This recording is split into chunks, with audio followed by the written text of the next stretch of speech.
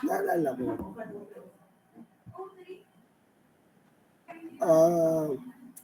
Alright, hello, good morning. Can somebody hear me? Okay, good morning. Tayo gay, ano, Alright. So, can you prepare for the examination? dito bang part na nasan ba yun? Ito bang part na to na daanan natin?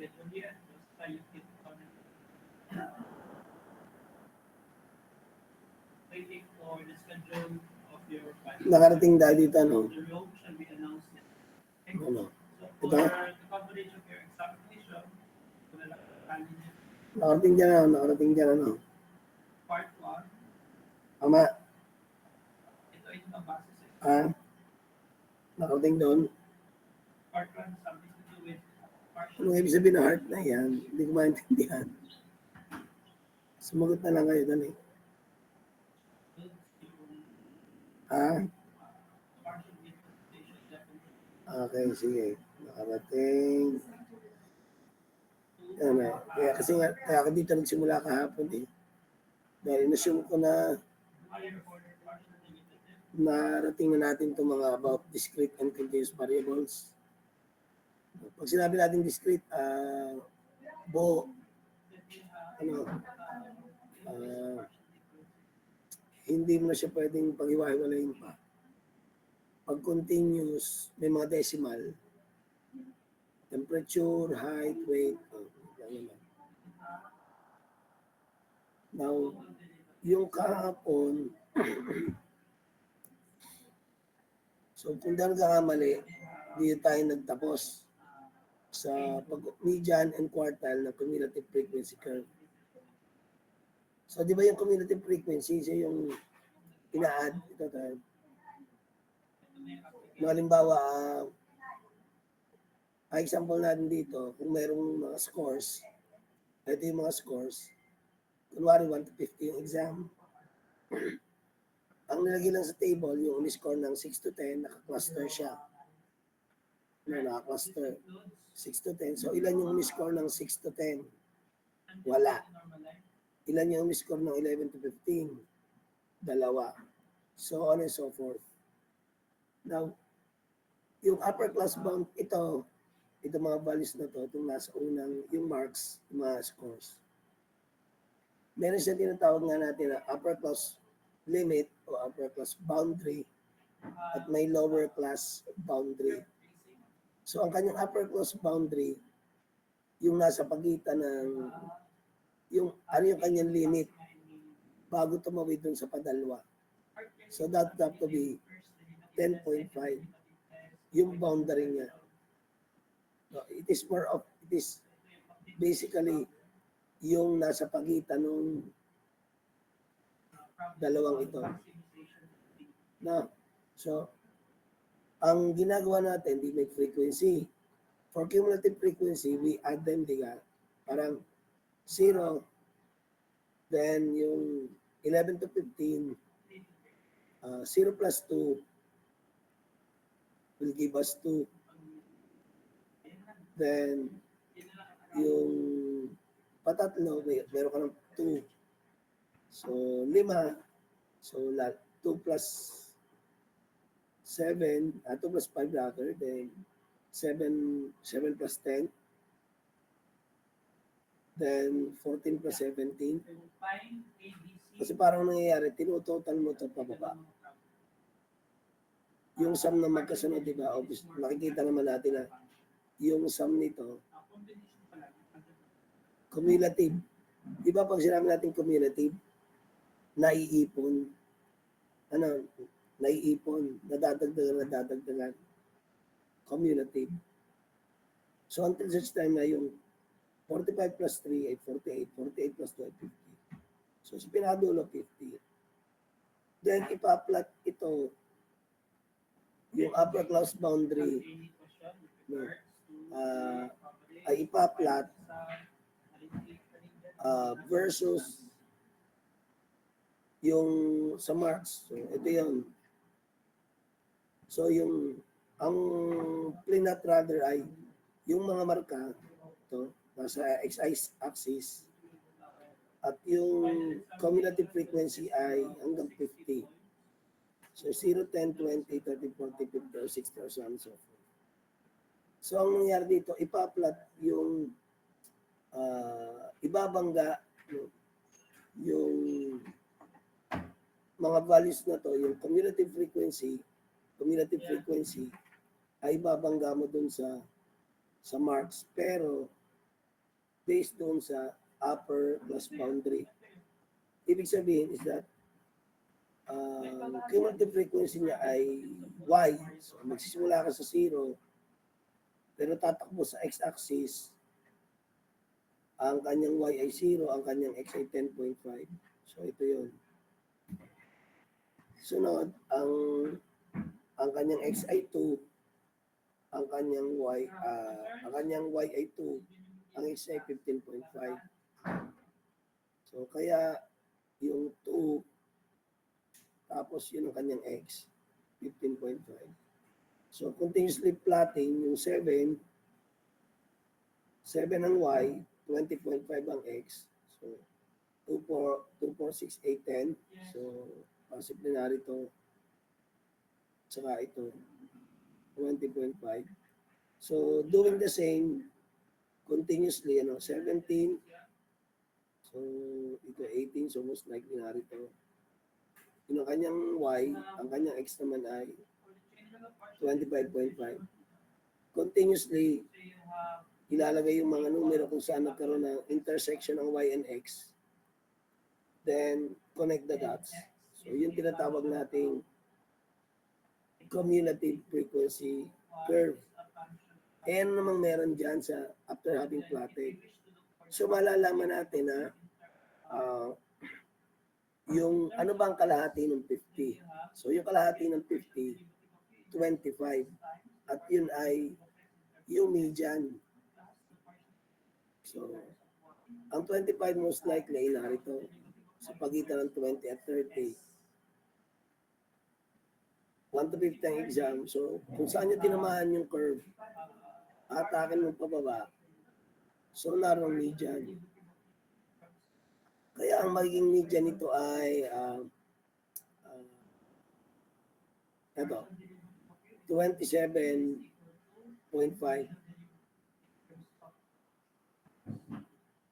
Kasi doon pumatak. Dahil of the 50 students, usually nasa gitna yung rock 25.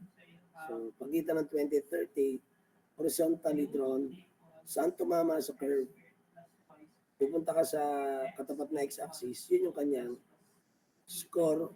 No?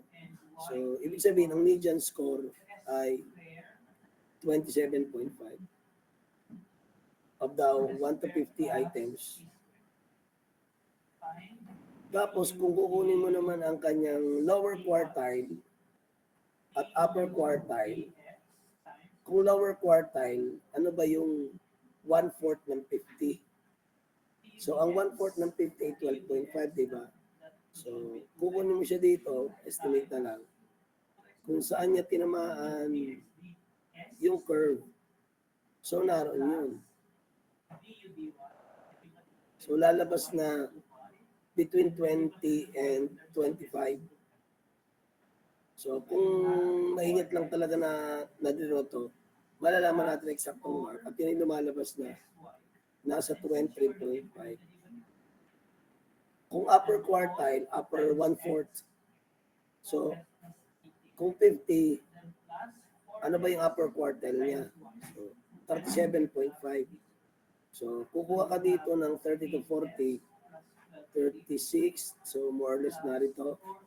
Same thing, kung saan niya tinamaan yung curve, atakin mo pababa.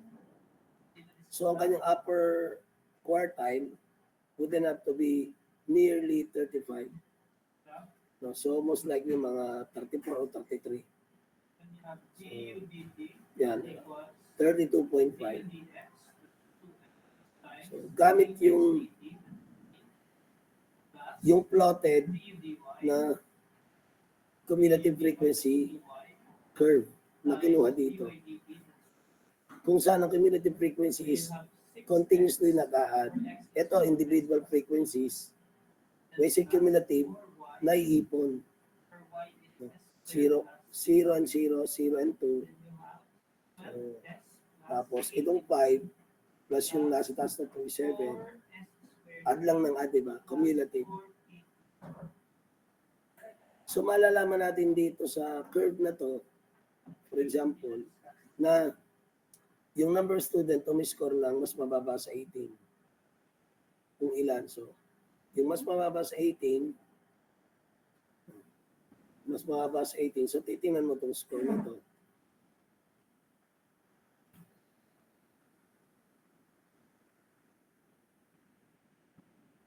So, yung mas mababa sa 18, tingnan mo yung so, mas mababa sa 18. So, 15, 16, 17, 18. So, kukunin mo to at ano yung tinamaan dito?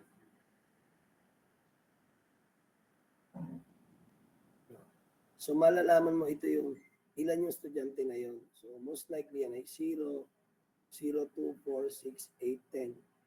So, around 4 or kasi depende sa pagkaka-plot di ba? So, 4. So, halimbawa, so, ang ginagawa doon, yun nga, we draw the vertical line, starting at 18 mark, mamimit yung curve, so, magdodraw ka ng horizontal line para tamaan yung y-axis. So, lumalabas na, so, ang pagkakadraw ko lang ay parang 4, although lumalabas na yung pala yung nasa about 6. Ano? Pero parang hindi naman din, ano?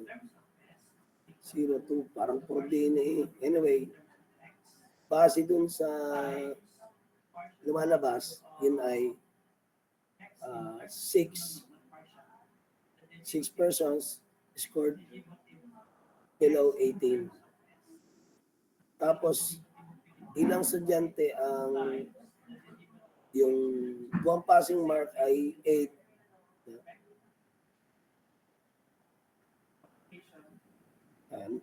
Tanong ba yun?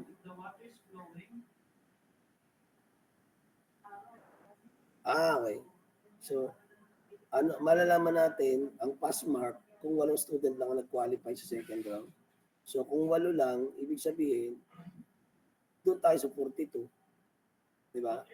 So, kung sa 42 tayo, dahil 50 yan eh. So, 8 lang daw ang lumusod. So, kung sino yun,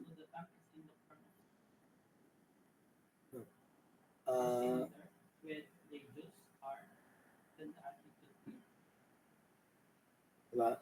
So, doon sa 50, edi yung nasa taas lang nito. Diba? Kasi kung 50 sila, ilan ba yung umiscore lang ng mas mataas sa so 8. Diba? Sandali. Ito ang pagkakatanong. 8 students qualify. Baliktad pala. Sorry. 8 students qualify. So, ito yung estudyante, di ba? Cumulative frequency ng estudyante. Ito yung marka.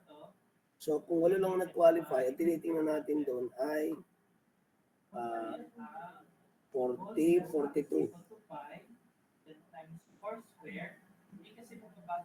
So, yung nag-qualify na yun, ano ang kanyang score?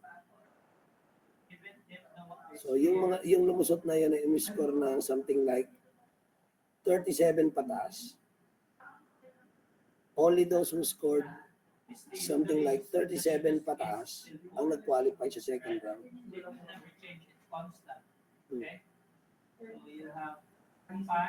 So, yun. Para sagutin yung tanong na kung ang malalaman ng passing mark kung 8 lang ang nakalusot. So, ang passing mark ay nasa about 37 na. So, yun. So, 50 minus 8, 42 students. So, magdodraw ka ng linya, yung ginawa 42 from the axis until tamaan niya ang curve. Kung saan niya tinamaan ang x-axis, so lumabas 36.5. So yung estimate nga na nasabi ko is parang nasa 37. Again, if we are to be more critical and really be observing accuracy sa pagkuha ng guhit, malalaman natin yung sagot based dun sa curve. Na, kasi ang sabi doon, kung 8 lang ang nakalusot, so out of the 50 students, yung 42 hindi nakalusot. So, doon ka magsisimula sa 42 at sinong tinapatan doon, pababa. So, yun ang score na kailangan to qualify for the next round. Na, yun ang ibig sabihin na now, kung standard deviation naman ang pinag-uusapan natin, we had to understand, deviate means lumayo. Diba? Gano'n siya kalayo. So, dapat merong standard na or common na deviation. Kaya kinukuha natin muna yung tinatawag nga nating average or mean. Para doon natin makita how deviated are the values from the average or from the mean. So, ito na may paliwanag na nilaang. So, when we do compute for the standard deviation, sabi nga natin, solve for the mean,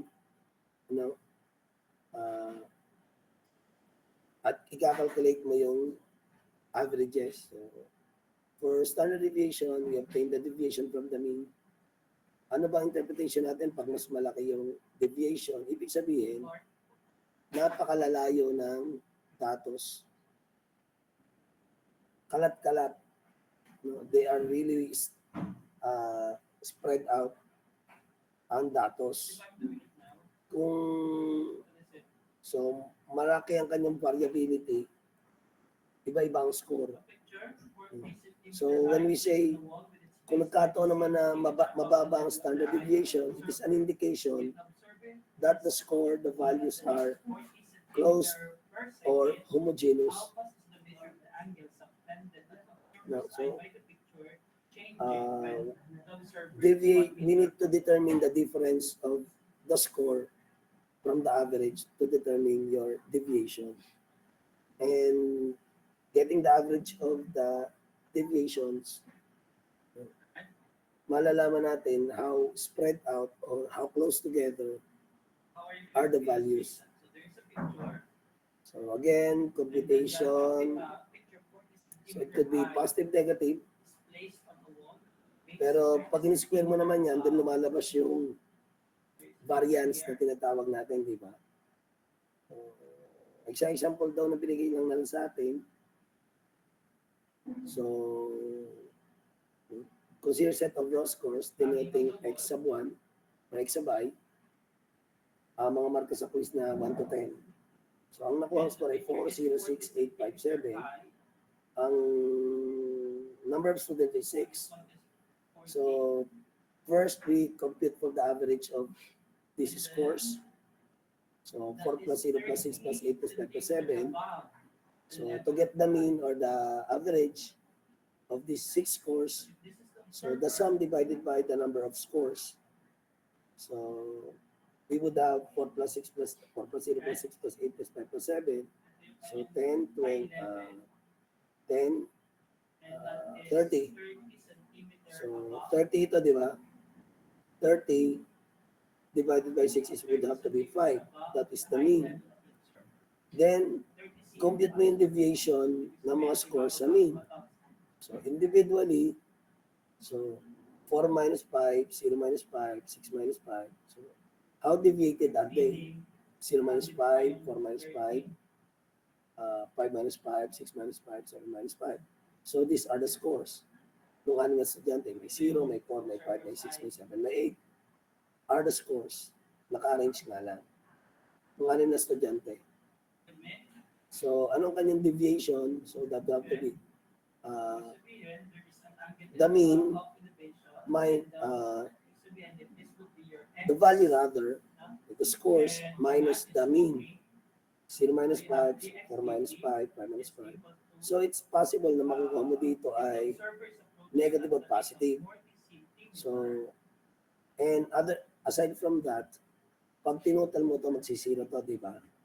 Dahil ito ay, ang difference ito ay di negative 5, negative 1, 0, 1, 2, RA3.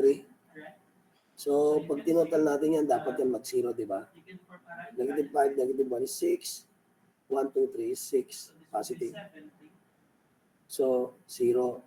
Now, dahil 0 value niya, might as well, i-square mo na lang agad yung sum. So, for the difference needs to be squared. So, negative 5 will give you a value absolute that is 25. Negative 1 is 1, 0 is 0, 1 and 1, 2 squared is 4, 3 squared is 9. So, the summation of the squares ay 40. 40. So, yung deviation ay in-square natin. In-square ang deviations. Kaya nagkaroon ako nito mga value nito. Kinuha ang sum, 40. Then, computing for standard deviation, that would have to be S squared.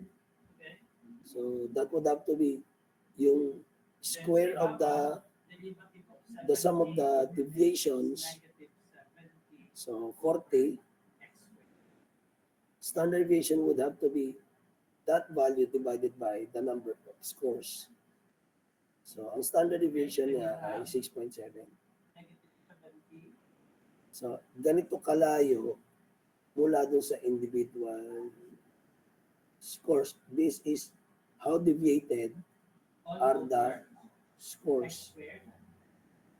So, standard deviation, S squared. And then Yeah.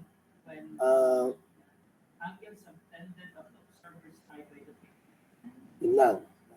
changing when the observer is 1 Saan ka papasok yun? So if x, So, how? if x So, equals- yung S would have to be the root of 40 if over X. equals- Kasi lumalabas na itong S squared, dx dt itong S squared, ito yung ating variance. times dx. So, The rate is ang standard deviation niya would have to be the root of x 40 over equals 6 1 dahil meter for you to get per S. 100 centimeter. No? And That's dx why dt is equal to root of 2.6. So, ito na yung kanyang standard deviation rather. That is 2.6. So, as per interpretation of that standard deviation, sabi nga, we can tell a lot about how scores are distributed. Kita mo naman na kung how spread they are. x by Ano? 100 So, and by way of getting the mean dx dt and the standard deviation, nalalaman natin how sporadically they are spread or how close they are together. So, kung mas mababa ang standard deviation, hindi siya malalayo. Kung malaki ang standard deviation, malalaki yung spread. So, as an example, height daw ng isang adult sa isang population. So, meron tayong average na height. Halimbawa, sa Pilipino, ang average height ng lalaki sa Pilipinas ay yung puro. Yung puro. Anyway lang, wala naman puro Pilipino na, di ba? Ay 5'1 and a half. 5'1 and a half. So, kumbaga, yun yung pinaka-average na height natin. So, how deviated is your height? Makikita mo doon. Diba? So, lalabas na kung yun ang 5'1 and a half ang karamihan ng lalaki, yung matatangkad at saka maiksi, mas kukonti. Pero kumbaga, yung sinasabi kasing average height ng mga lalaki, kumbaga nagbago na rin eh. Hindi na rin siya yung, siyempre, di ba mas matatangkad na ngayon ang, sabi nga nila, mas matalaki na daw yung tao ngayon, mas matatangkad na ang mga teenager, mga grade 6 ang lalaking tao na. Hindi ka tulad dati, na pag sinabi mong grade 6, maliliit talaga. So, kumbaga, somehow, tumataas yung average. Ano? So, kunwari, ano bang average height? Kunwari ngayon. Sabihin natin 5'3", possible. So, karamihan na makikita mong tao naroon sa around that height. So, sa statistics, meron tayong tinatawag na empirical rule. Ibig sabihin, sa rule na to, ito yung sa normal distribution. Like, sa isang napakalaking populasyon, lahat ng characteristics, normally distributed. Tulad halimbawa nung score ng exam natin, normal ang distribution yun kasi yung umiscore ng raw data ito umiscore ng mataas ay 43. May umiscore ng 41, may 43. Nasa kabilang dulo, end of the spectrum, umiscore ng 11 or 12. Tapos malaking chunk ng exam ng 380 students kayo. Malaking chunk noon ay naglaro ang score ng ano bang gitna ng score ng 43 at saka 11. Mga nasa 26 or 27 ang malaking chunk nung mga resulta ng exam. So narito yung mga 43 at narito yung mga 11. Tapos sa gitna, malaking chunk ng resulta ng exam natin ng midterm ay narito sa gitna, and that is something like mga 27, 28, ganyan. So, kumbaga, normal distribution. Hindi mo masasabi na hindi katulad ng resulta ng ibang exam na isa dalawa lang ang pumasa. Tapos ang layo ng score. Nangyayari sa mga second year, naalala ko. Ang resulta ng kanilang rigid bodies, parang 6 lang ang pumasa na napakatataas. Tapos yung mga bagsak ay napakabababa. Yung karamihan ng yung mga bumagsak, dikit-dikit na dun sa mga, kunwari 1 to 100, ang mga scores nila ay naroon sa mababa na range. Halimbawa, mga 10, 11, karamihan. Tapos mayroong ilan, yung 6, naroon sa mga 90 plus. So, hindi siya normally distributed. So, kung i-interpret natin, yung exam, talaga napakahirap. So, yung halimbawa ng exam natin na nagkaroon ng normal distribution, tinitingnan ko, ibig sabihin, yung kanyang difficulty level, tama lang. Although,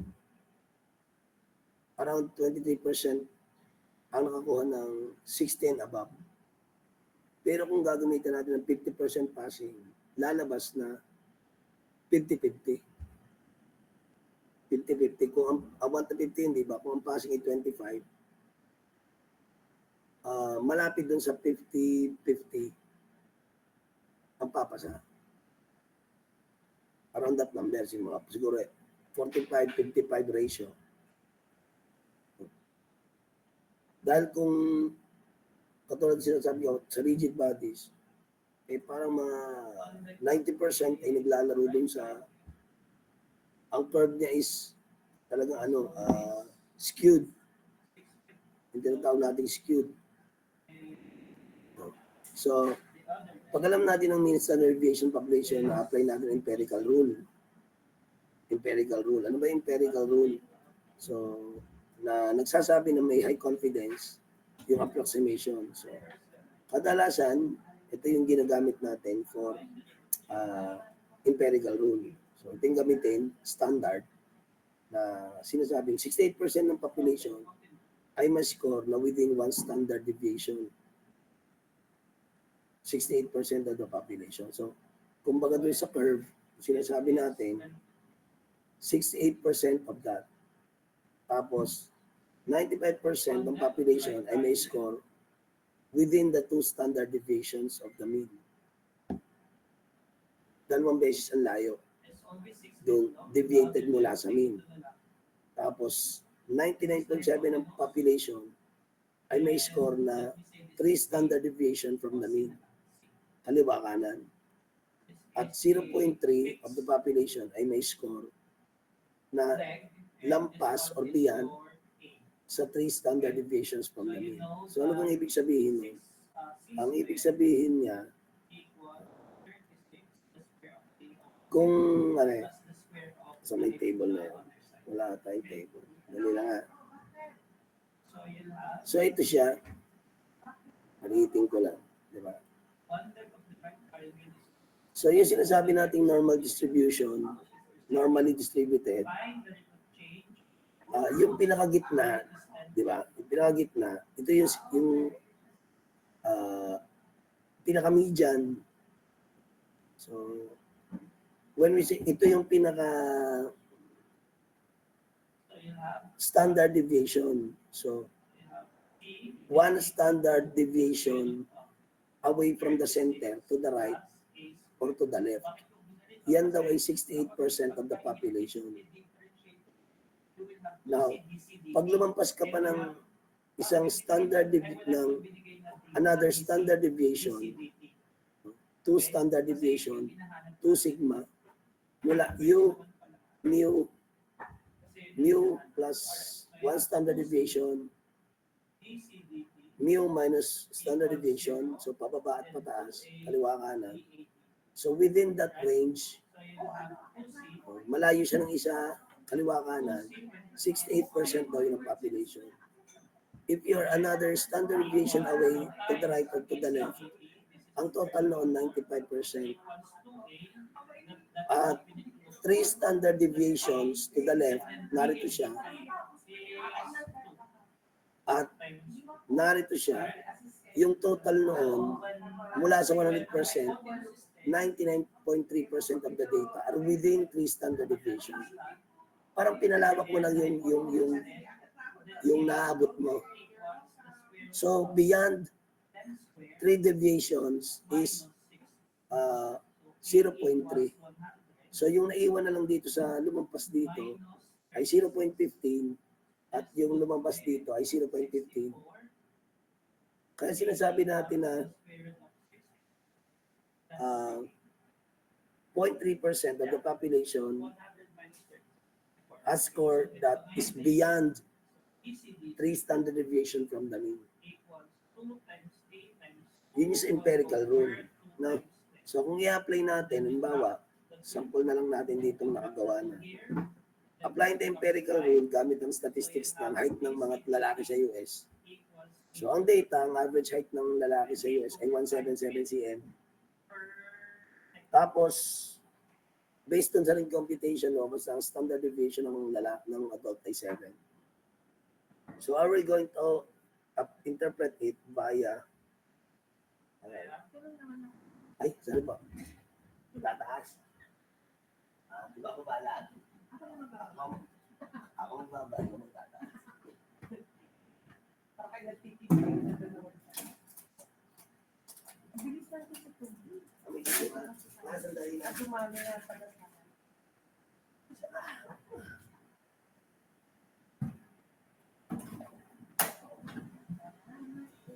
No problem. So, ano bang interpretation ng gamit ang yung empirical rule, ano? So, ito yung standard na, ano? Standard na yan. So, sabi, 68% ng adult males ng population, ano, ay may height na within the range na 177, yung average, di ba? So, one standard deviation would have to be 177 plus or minus 7. That would have to be one standard deviation away from the average. Ano? So, ibig sabihin, 68% ng populasyon ng lalaki sa US ay may height na 170 hanggang 184 cm. No? So, may range na 170 kasi plus or minus 177 plus or minus 7 would be 170 and 184. So within that range, 68% of the population ay may ganung height. And 95% of mga lalaki sa US, gagawin mo naman ng 2 standard deviations away from the average or the mean. So, standard deviation of 7, so magiging 177 plus or minus 14. So, 177 minus 14 is 163. 177 plus 14 is 191. So, 95% of the total population ay may height na 163 hanggang 191. At kung 3 standard deviations away, masasabi natin 99.7% ng lalaki sa US ay may height na within the range of 177 plus or minus 3 standard deviations. So 177 plus minus 21. So 177 minus 21 is 156 cm. 177 plus 21 is 198 cm. So 99.7% ay nasa pagitan ng 156 hanggang na 198. So lumalaki yung spread, yung sakop. Ano? So parang kunwari, parang sa distance yan eh. Kunwari ay lipa. Lipa ang sentro.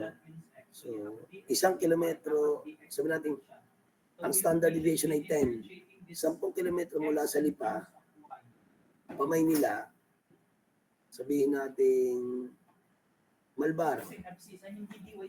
Pabalik ng Batangas, 10 kilometro mula sa lipa, San Jose. So, yung kanyang parang doon sa curve, 68% ay nang nasakop kunwari ng tatama, kunwari puputok yung bulkan sa Taal. So, kung ang standard deviation ay 10 kilometers. So, pag sinabi natin 1 standard deviation tatamaan, edi 10 kilometers sa kaliwa at kanan o sa paligid ng bulkan. Di pa nilang dideclare siya ng mga danger zone. So, pag sinabing twice the standard deviation, edi palalawakan yung sakop ng another 10 kilometers. So, lumalaki yung area. Tapos 3 standard deviation, 30 kilometers from the radius.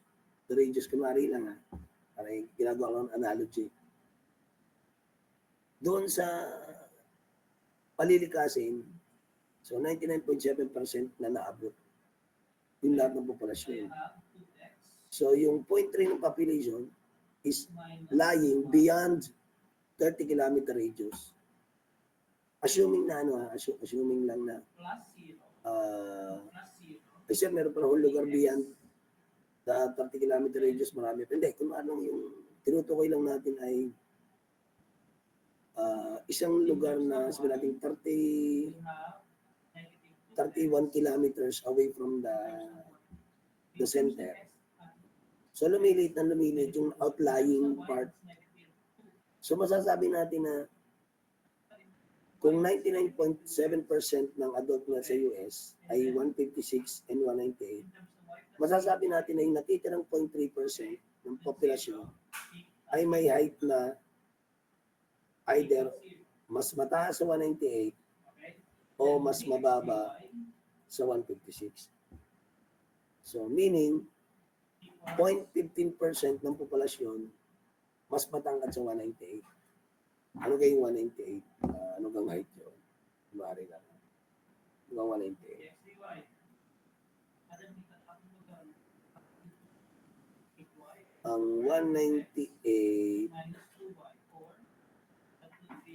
Ang 198 na height, 198 divided by 2.541 inches.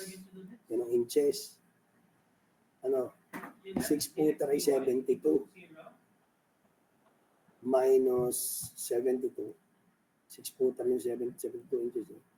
So, 6.5, 6.6. 6.6.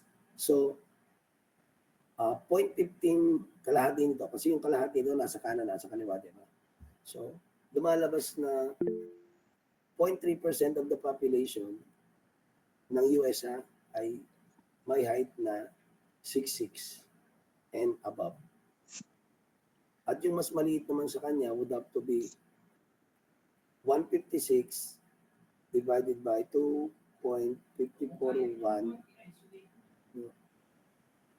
61. So, minus 60. Minus 60. Dahil ng 5-footer. 5-footer yan. So, 5'1". 15% ng mga Amerikano, 5'1" or less ang height. So, pwede ka makakita ng Amerikano na 5'footer. As in, may 4'11", pero kumbaga, hindi na siya normal. Base dito sa example na ito. Ano, naintindihan naman nangyari. Class, about yung datos na to, yung ginamit ang empirical rule. Wala akong naka-example din tayo.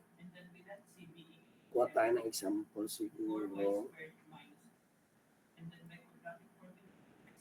So, yun nga, yung sinasabi natin normal distribution, yung bell-shaped curve na sinasabi natin, lagi natin naririnig. So, yung empirical rule, ito na nga yun. Na, kumbaga, yung dulo-dulo, from this point up to this point is 100% of the data. So, 0.3% of the data lies beyond 3 standard deviations from the mean or from the average. So ito, in the diagram,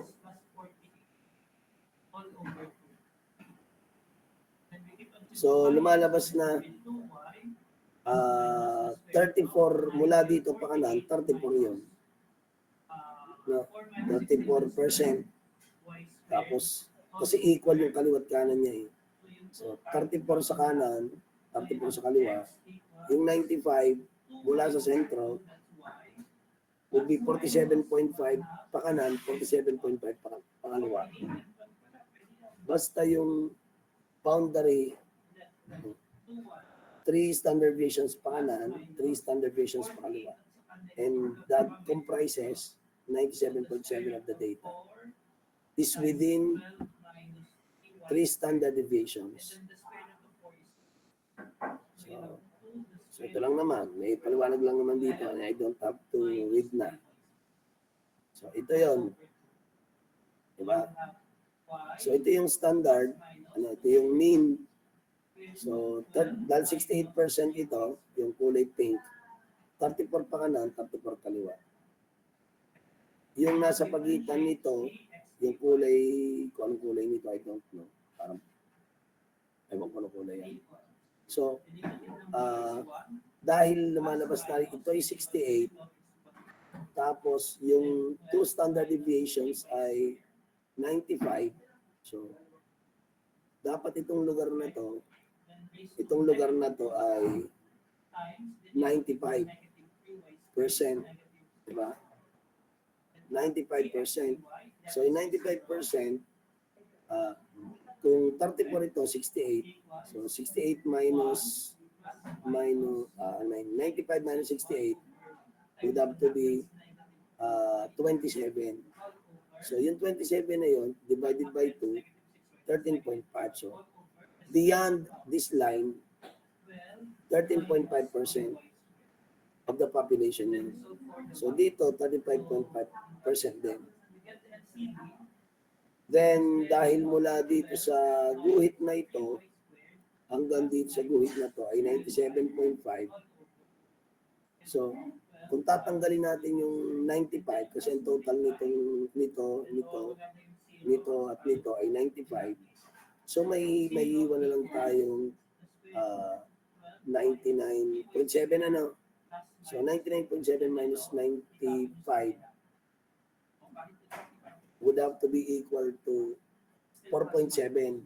So yung 4.7 divided by 2 ay 2.35. So yung kulay blue.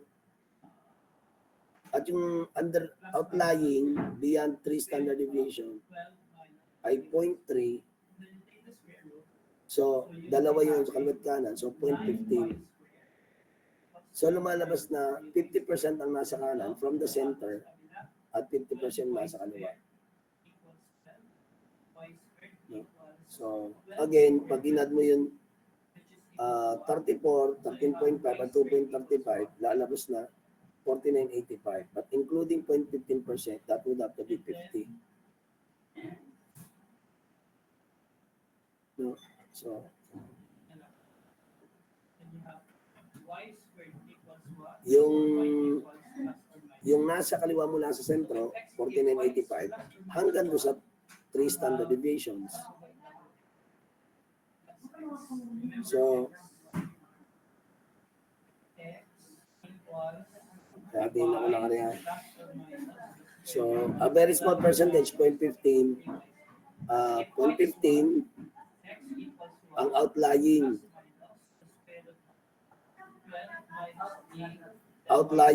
nakalabas sa 3 standard deviation. So, kung i-apply natin ang standard deviation comparing data sets, so, gamitin natin sa dalawa o higit pang data set. So, halimbawa, examining bata, estudyante, 4 na exam.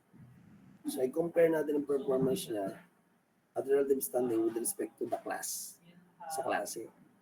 So, may 3 subjects, no? So, naka-4 na exam sa English, Math, and Science. So, ano po ni Emma, 55, 59, 65. Pero yung average ng lahat ng estudyante, 65, 51. So, average score ng lahat ng estudyante. Sa English, ang mean ay 65, pero ang nakuha ni Emma ay 55. So, mas mababa siya. So, ang deviation ng kanyang score ay 10. Mula doon sa, nag-deviate ng 10. Mababa siya ng 10. So, kung tutusin, dapat na negative 10. Pero siya may absolute value na lang. Sa mathematics, 59 siya, pero ang average score ng lahat ng kaklase niya, including her, ay 51. Sandali. So, siya ay 55. Ito ang average ng lahat ng mga estudyante. Ito yung standard deviation doon sa klase. Sa math, 59 siya, 51 ang average, ang standard deviation ay 4. Sa science, 65 siya, 65 ang average, standard deviation ay 4. So, ang interpretation natin then would have to be, si Emma yung score ng 55 sa English, ang average ay 65. So, umiscore siya ng 10 marks na mas mababa sa mean. So, sa English, ang 1 standard deviation ay 10 marks. So, standard deviation ay 10. Isang 10 lang. So, si Emma ay 1 standard deviation below the mean.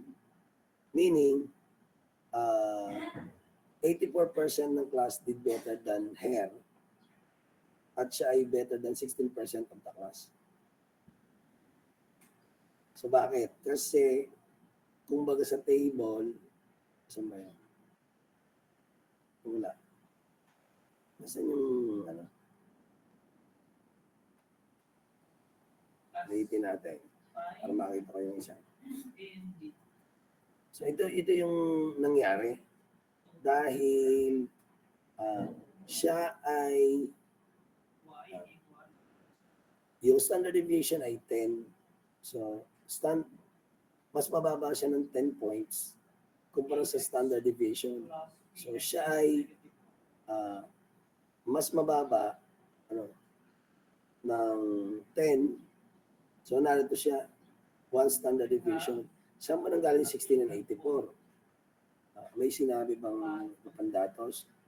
So, base dun sa natin, ang 1 standard deviation na to, diba, parang One standard deviation, ano yung nasa baba nito? 13.5, 2.35, ano? So 13.5 to 35, ay parang 2.5 na. So 2.5, ay 13.5, 16. So yung naroon sa one standard deviation pababa ay yung sum nung pakanan 84, yung sum nung nasa kaliwa ay 16. So lumalabas na kaya naging 16 ito dahil lahat-lahat to, di ba, 100. Itong 84 ay sum nung one standard deviation siya ay mula sa gitna. So, lahat ito, 84%. So, yung natitira, yung mas mababa sa kanya, sir, ay 16%.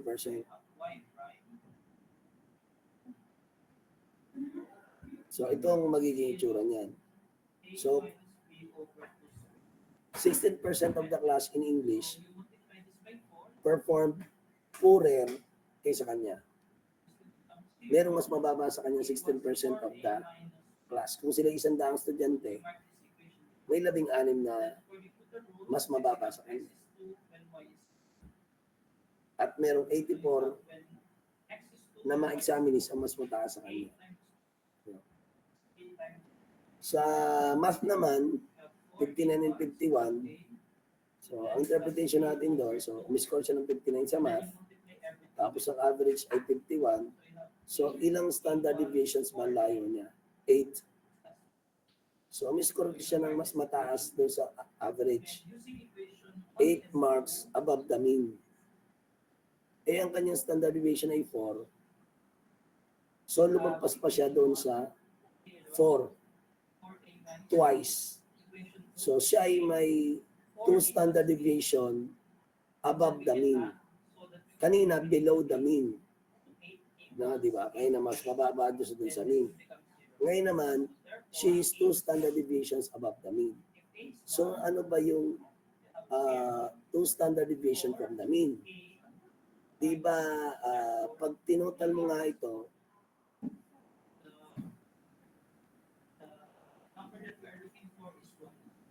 two standard deviations, that would have to be 2 standard deviation. Ibig sabihin, mas mataas siya dun sa average by 2 standard deviations. So, pumatak siya dito. Kung lahat-lahat ito ay 100, ilan lang yung mas mataas sa kanya?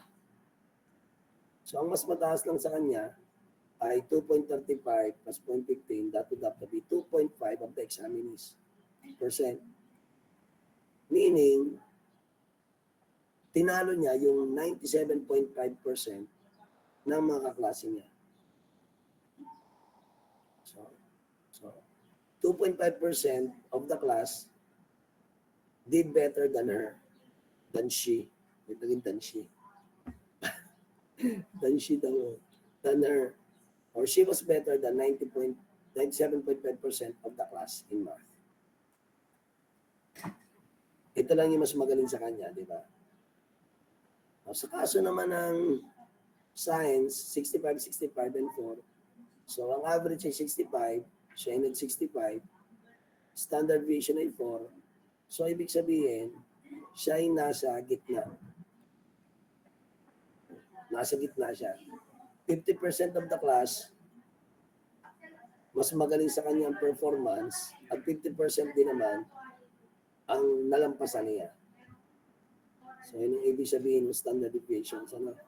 So, as per analysis, relative to her class, sa math, she did best because she was better than most of her classmates.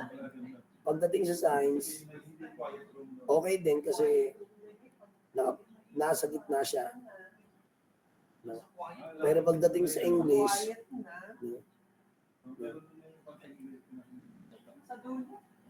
mababa siya sa English kasi kung ranking ang pag-uusapan, 16% lang tinalo niya. No? Kung ba siya nasa bottom 16 of 100. Ano? Yun ang ibig sabihin. Ano na? What topic? Now, kung hahanap tayo ng example niyan, mag-prove up na pala sa mga. Naalala ko, mag-prove up pa ba tayo? Balikan ko lang area. Class, naintindihan nyo naman, di ka? Pinilit ano. Itong halimbawa. Again, kung re-reviewin nyo naman to, I believe, no? I strongly believe na you would understand din naman how it is used based on the example na meron dito. Kahit kulang tayo sa exercises. Ano? Again, para bilang ano na lang, konsiderasyon. So, mag-concentrate tayo dito sa material na to. Ano? Somehow, let's say, hindi na yung iba, but mas focus lang dito. No? Sir, nasaan yung tungkol sa relative position? Ay, yung position yung sa percentile. Parang ito na rin yun. Yung sa percentile, yung anong position mo, you did better than 98. Halimbawa, when you say, pagdating halimbawa dito sa analysis, ano, so, siya ay nasa, pagdating sa math, sa klase ng math, siya ay nasa 99.7 percentile. Percentile. Ibig sabihin, she's above 99.7 of her class. So, parang kung sila'y, sabihin natin kung sila 1,000 examinees, ano, siya ay rank, pwedeng nasa pagitan, siya ay mga tipong rank 3. So, siya ay third in the batch. Dahil meron lang 0.3% na tumalo sa kanya. So, it's possible na siya ay third or fourth. Sa 1,000. No, make some kunwari ng math. Ano? Hindi na, regardless yan kung ilan ba, walang pinag-usapan niya kung anong kanyang mistakes. Ang pag-usapan dyan ay pangilan siya. Percentile. Ano? Doon sa 50%, kung 58 percentile, ibig sabihin, ang position niya nasa gitna. 50% of the classmates did better than her and she did better than the other 50%. So 50th percentile. Kung 16 percentile naman, ibig sabihin, 84% did better than her and she only did better than 16%. Ano? 16% of her class. So kung 1,000 yun, ano, tinalo niya yung 160. Pero tinalo siya ng 840. Parang gano'n. Midway that. Isa saan siya doon? Ay kung tinalo niya ng 160, tinalo siya ng 840, ay 1,000. Yung nasan siya doon? So it's either siya ay nasa 160 o siya nasa 161. Or 159, 160, 161. Ang kanyang ranking. Mula sa ilalim. So, ibig sabihin, kung ranking ng mula sa taas, siya ay nasa, kung nakalista yung top 1, top 2, top 3, siya ay nasa 840 sa 1,000. Kasi ang ranking high to low, di ba? So, tinalo lang niya ang 160. Yun yung parang sa percentile, sa mga ranks. So, pag sinabi nating 70 percentile, you did better than 70% of the population. And some 30% of the population did better than you. Yun yung sa percentile. Ano, kasi dito, hindi na hiniwala yung measure of relative position. Kaya sinabi na yun, relative. Relative to the class. So, where is she, ano, with respect to the population? Now, ang huli natin is about probab.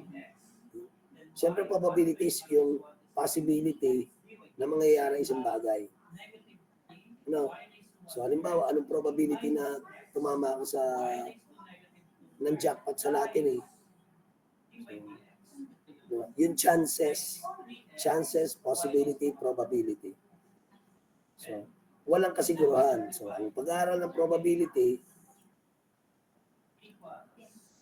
the study of probab give us a tool to make informed decision about areas in life kung saan mayroong degree of uncertainty. Hindi ka ganun kasigurado. Pero hindi naman ibig sabihin na wala kang chance. So, ano ba yung posibilidad na mangyari? Malaki ba ang certainty o mas malaki yung uncertainty? So, kung natin lahat ng possible conditions, at relative importance ng bawat isa sa ating outcome.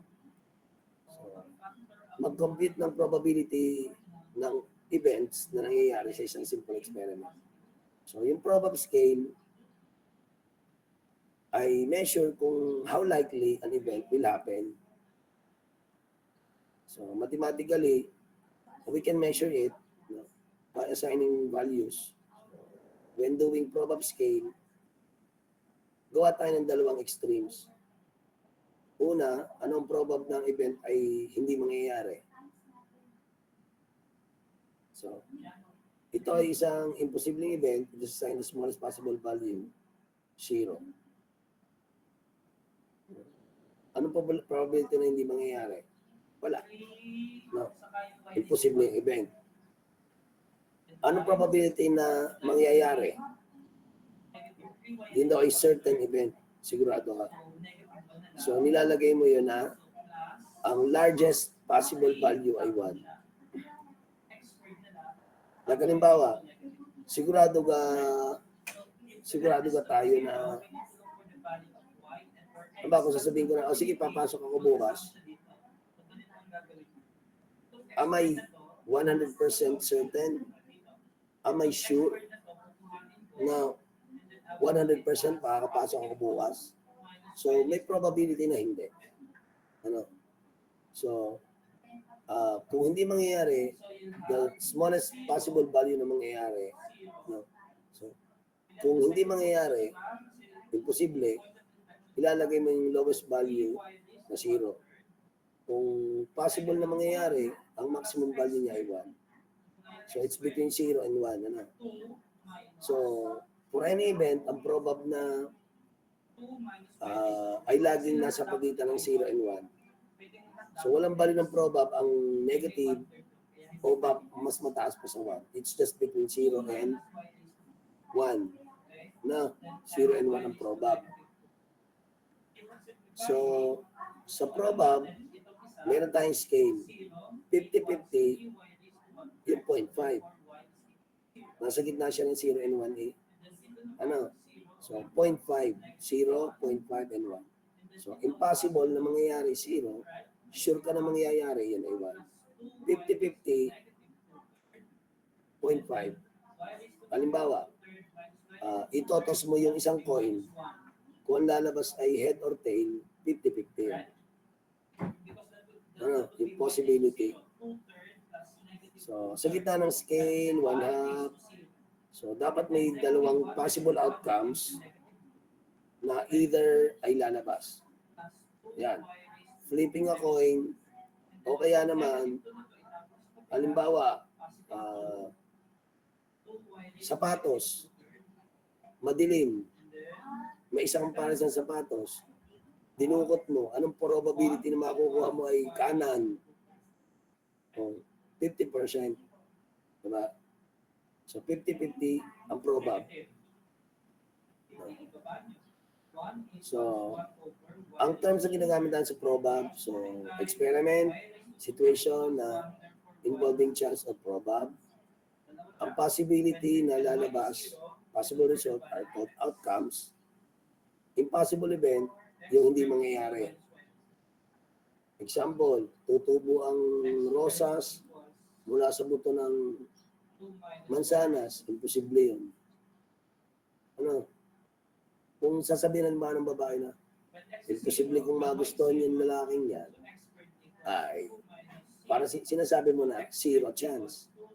Huwag ka magsasalita ng tapos. Di ba may mga ganun tayo naririnig? Huwag ka magsasalita ng tapos, baka kainin mo, sinabi mo. Kasi hindi siya, walang sigurado sa mundong ito. Ano? So, certain event naman, so impossible event, hindi mangyayari. Certain event, definitely mangyayari. Sure ka talaga. Oo, darating ako.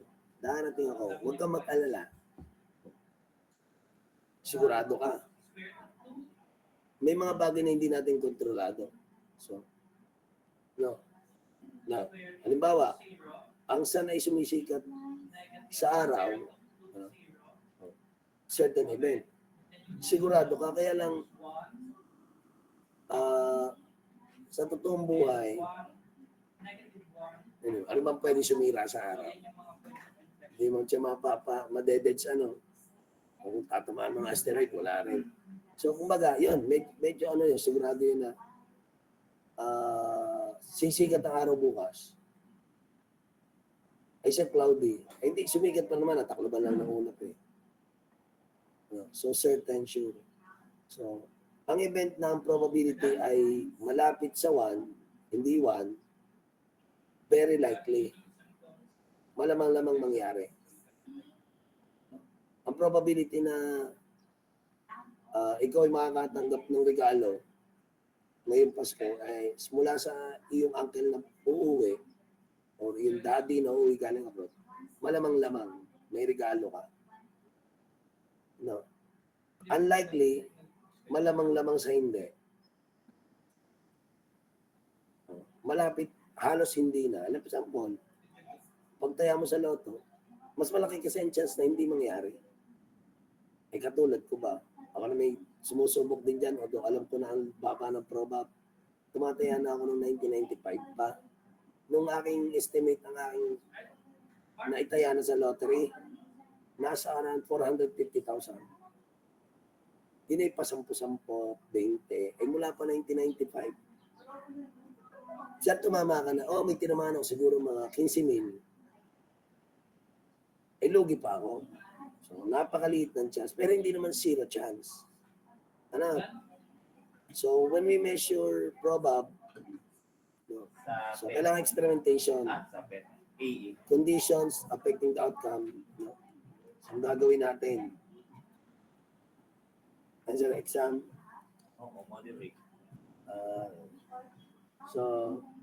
So, para masukat natin yung possibility na mangyayari yun, so, ano yung mga conditions na pwede maka-apekto sa outcome? So, Sir, walang Laplace yan. So, i-assume natin, so ito yung ginagamit. Is the event, ang probability na mangyayari yung event ay PE. So, P of E. So, P of E is defined as yung number ng outcomes na favorable to the event, Dahil wala namang CF. tapos number of possible outcomes, or number of ways na event ay mangyayari, at number ng possible outcomes. Favorable, na pwedeng mangyari. Yung CM mo mismo. So, halimbawa, Baka naman kapareha. may diagram daw sa baba. Mayroon daw spinner for equal size. Anong probability na pag iniikot mo yan, tatapatan mo?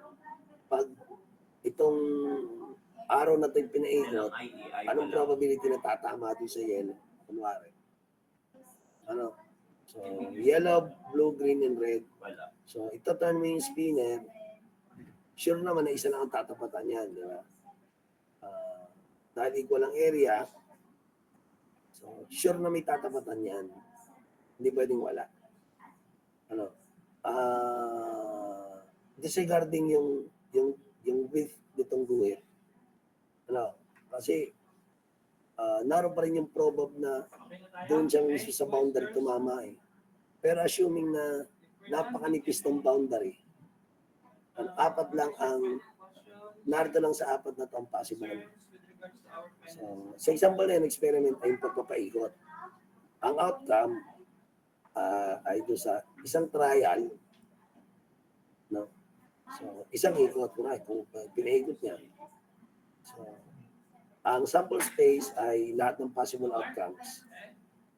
So, may 4 possible outcomes, red, blue, green, yellow. Tapos, ang event ay yung mangyayari. So, ang event ay kung tatama siya sa blue, o kaya yellow, or red, or green. Meron ng green. So, alam natin yung total number of possible outcomes ay 4. Anong probability? Anong probability na babagsak siya sa blue? Anong probability na babagsak siya sa blue or red?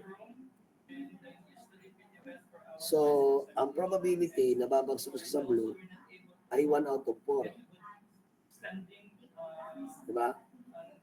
So, ang numerator ay yung value ng possibility na tumama sa blue. Tapos, divided by yung number of possible outcomes, which is 4. Ito yung base dito. Isa lang ang tatamaan. Ano ba yung possible na tatamaan? Nasa 4. So, 1 out of 4. Ano? So, numerator takes the value of 1. Isa lang kasi ang outcome, favorable. So, which is blue. Ang denominator ay 4 dahil may 4 possible outcomes.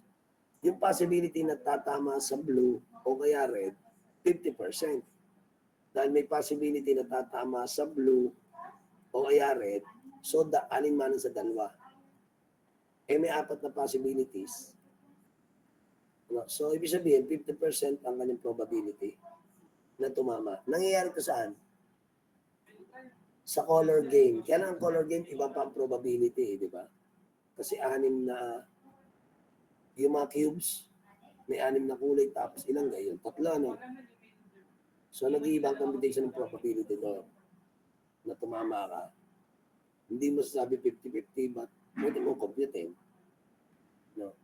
So, may dalawang favorable outcomes, 50-50 ang chance. Siya ba equiprobable o equally likely events? Pag nag-toss ka ng isang coin, ang probab na makuha mo ng head ay same sa probability na makuha mo ang tail, 50-50. So, pag nag-roll ka ng die, isang dice, yung probability na makuha mo ang 6 ay kapares na ng probability na makuha ay 1, 2, 3, 4, 5. So, equiprobable. Equal yung chances. Ano? Kasi pwede na mas ang 1, ang 2. Yung possibility na 1 is the same likelihood or possibility na mas ay 5. So, they are equiprobable events. Same ang chance. Pero kung sakali na yung dime or coin ay halimbawa hindi patas, tabingi, o kaya yung die ay may ukab, hindi na magiging equiprobable. May daya na. Yan ang ginagawa sa mga laro. Di ba sinasabi nila yung sa lottery, tinitimbang daw pare-pareho. So may mga may allegation na, kumbaga, predetermined na lang kung ano makukuha dahil may mga weights. Para hindi lumabas, hindi mas bibigatan. No, sabi na, mare, hindi naman talaga nakita in real time na tinimbang bahagi lang ng proseso ang binibigay. Kaya nagkakaroon pagdududa. Ano? So, hindi na siya, ang outcome ay hindi na fair. So, sinasabi natin na yun ay bias. Ano? So, otherwise, kung yun ay fair, no, siya ay unbiased. Kung equiprobable. So, common experiments na equiprobable, yung fair kaya na toss, so may dalawang possible outcomes, heads or tails. Ang probab na makuha mong ang P of H, ang probability na head ang lumabas at probability na lumabas ang tail ay 50-50. So, there is one favorable outcome of the two possible outcomes. Pwedeng head, pwedeng tail. So, equiprobable. Kung fair day naman, may 6 equiprobable events. Pwedeng 1, pwedeng 2, pwedeng 3, pwedeng 4, 5, or 6. So, probability na labas ang 1 ay 1/6. Ganon din ang labas ang 2. All of them are equiprobable events because lahat ng chance nila ay 1 out of 6. Or kung gagawin ng percentage, anong 1 out of 6? 33. 33.33 divided by 2, 16. Mga 16.7 ang probability na lumabas yung 1. Ganon din ang probability, nasa 16.67 ang probability ng lumabas ang 5. Fair chances. So, kung ang A ay event, na even number ang lalabas, ibig sabihin, lalabas ay 4, o kaya ay 2, o kaya ay 6. 6 yan, 3 even, 3 odd. So, lalabas na 3 out of 6 ang chances. Kasi 2, 4, 6 ang possible. Pwedeng 2, pwedeng 4, pwedeng 6. Even, kung gusto mong even, lumalaki ang chance na lumabas at yun ay maging 3, pwedeng 2, pwedeng 4, pwedeng 6. So, 3 out of the 6, yung possibility na lalabas yung A. So, 50% ang chance. No. So, halimbawa, merong card na kinuha sa ordinary pack of playing cards, yun ay 52. Anong possibility na makukuha mo yung queen? So, meron tayong 4 na queen out of 52. Diba? So, yan. 4 queens in a packs and 52 cards. So, the possibility na makuha mo ay queen ay 4 out of 52. Or 1 out of every 13. Now, kung ang makukuha mo ay queen na heart, so isa lamang sa 52. So, kung ang makukuha mo ay queen na heart, eh di ba isa lang naman yan, 1 out of 52 yung chance na makuha mo. Now, kung impossible and certain events, impossible at saka sigurado, ang ordinary pair die ay tinos. Anong probability na lalabas ang 7? Imposible. 1 to 6 lang yun eh.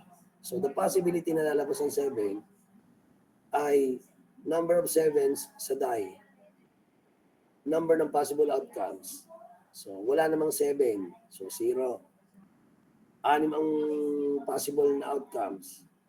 So ang possibility na lalabas siya na imposible. 0. Ano pa ang ibang impossible events? Ang card ay pinili randomly sa isang ordinary card.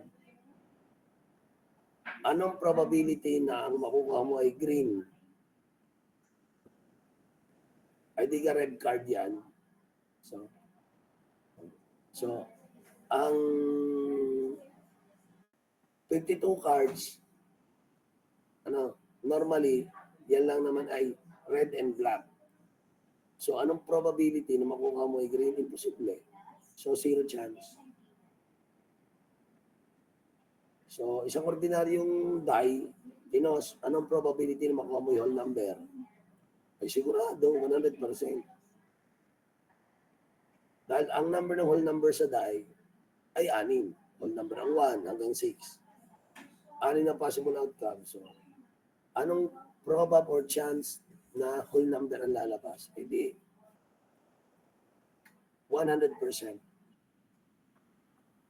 Hindi naman lalabas yan ang ay siya paano pag nakatagilid? Ay paano may nakakomputin? Kumbaga, kung ang sabi lang, kung fair, hindi walang sangga, hindi nakaslope, fair lang, walang lalabas. I mean, sigurado may lalabas. So, ang event ay mangyayari, dahil nga, yun nga, sure. Next. month of the year is chosen at random. So, meron tayong 12 months. Anong probab na meron siyang 27 days? Abay, di 100%. The probability na ang buwan na mapipili mo ay may 27 days ay sigurado meron. Dahil the number of months na meron greater than 27 ay 12. So, ang number of months ay 2. So, 1 ang kasigurado yun. Diba? O pili ng month kung kailan kakasal.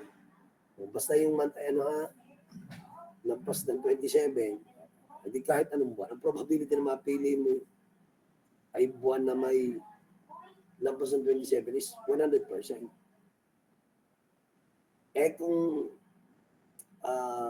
greater than 29,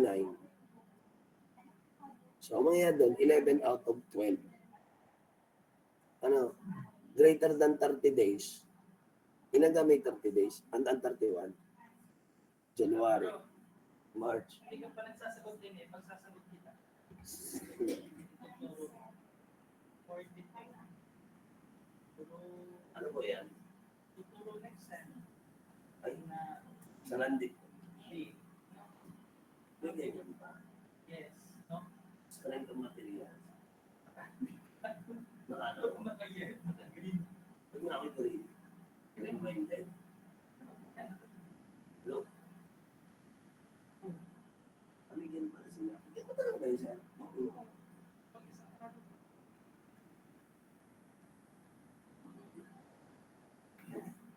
Ayan, ang class. So, Ilan? 30? sino ba pwede? 36. 36? Meron kang iba? Integral. Ilalim mo ka lang eh. Integral. Lalo po. Ngayon, physics ba? Weekdays. Anong araw? I mean, agad sasagot na agad. Tuesday, Tuesday to Friday na. Ay, kaya may oras hindi. Eh, wala pa eh. Basta ano lang. Tuesday to Friday lang. Maraming araw din sa, o Monday to Thursday. Ano isang pangit na ito kami. Next time, hindi yung Thursday, Friday. Wala ng Holy Week. Monday to Thursday. Kasi, hindi ko guys. Dahil na ako na rin.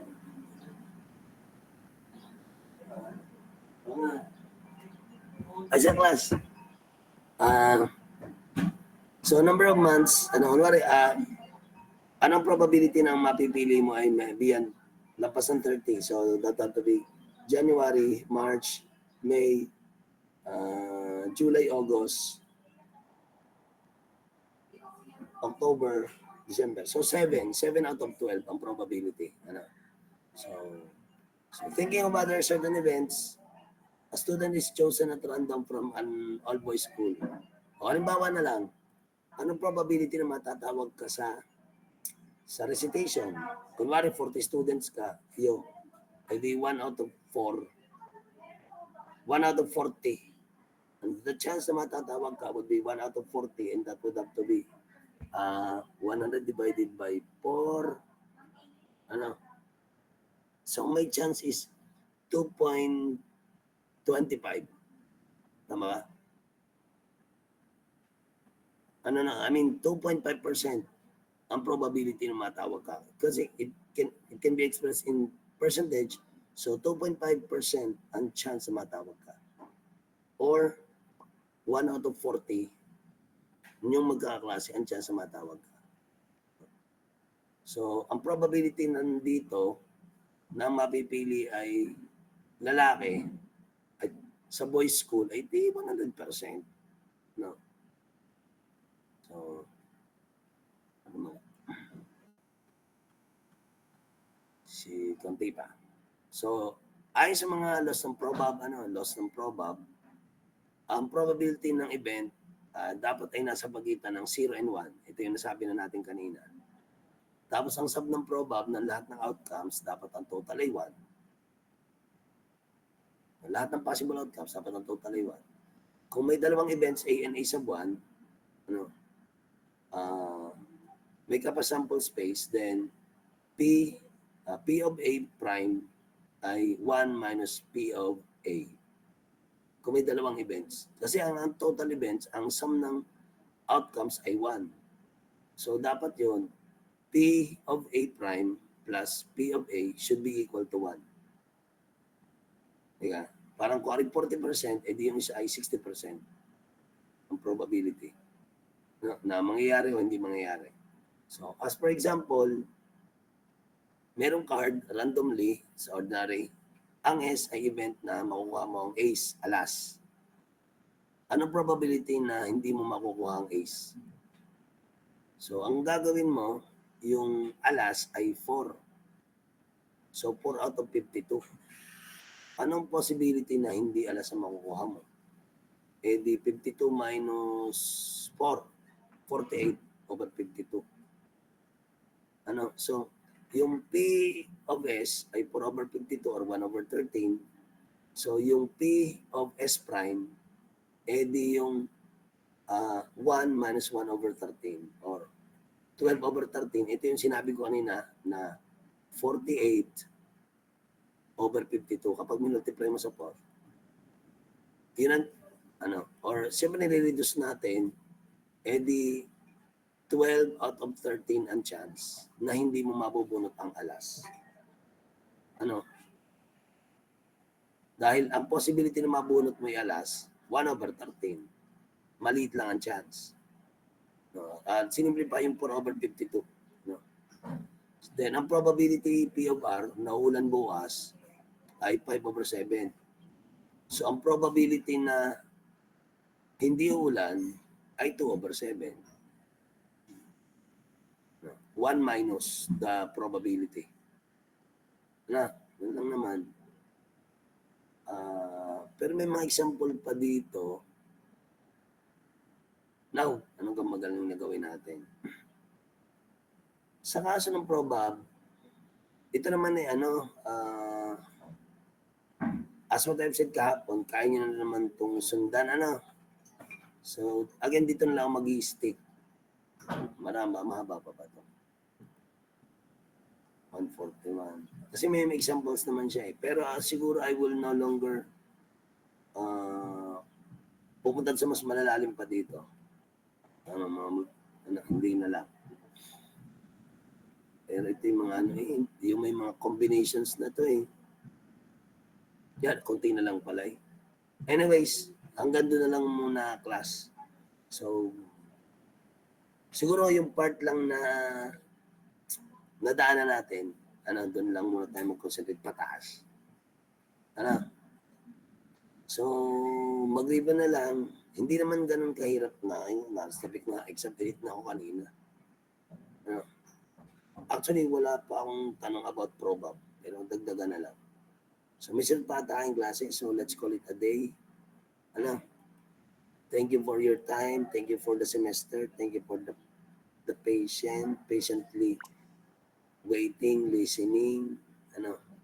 So, good luck sa exams. Tapi exam na multiple choice lang eh. Siguro may konting computation na nasa multiple choice na. So, yun. Thank you. See you around. Class dismissed. Thank you po, sir. Sa material, yung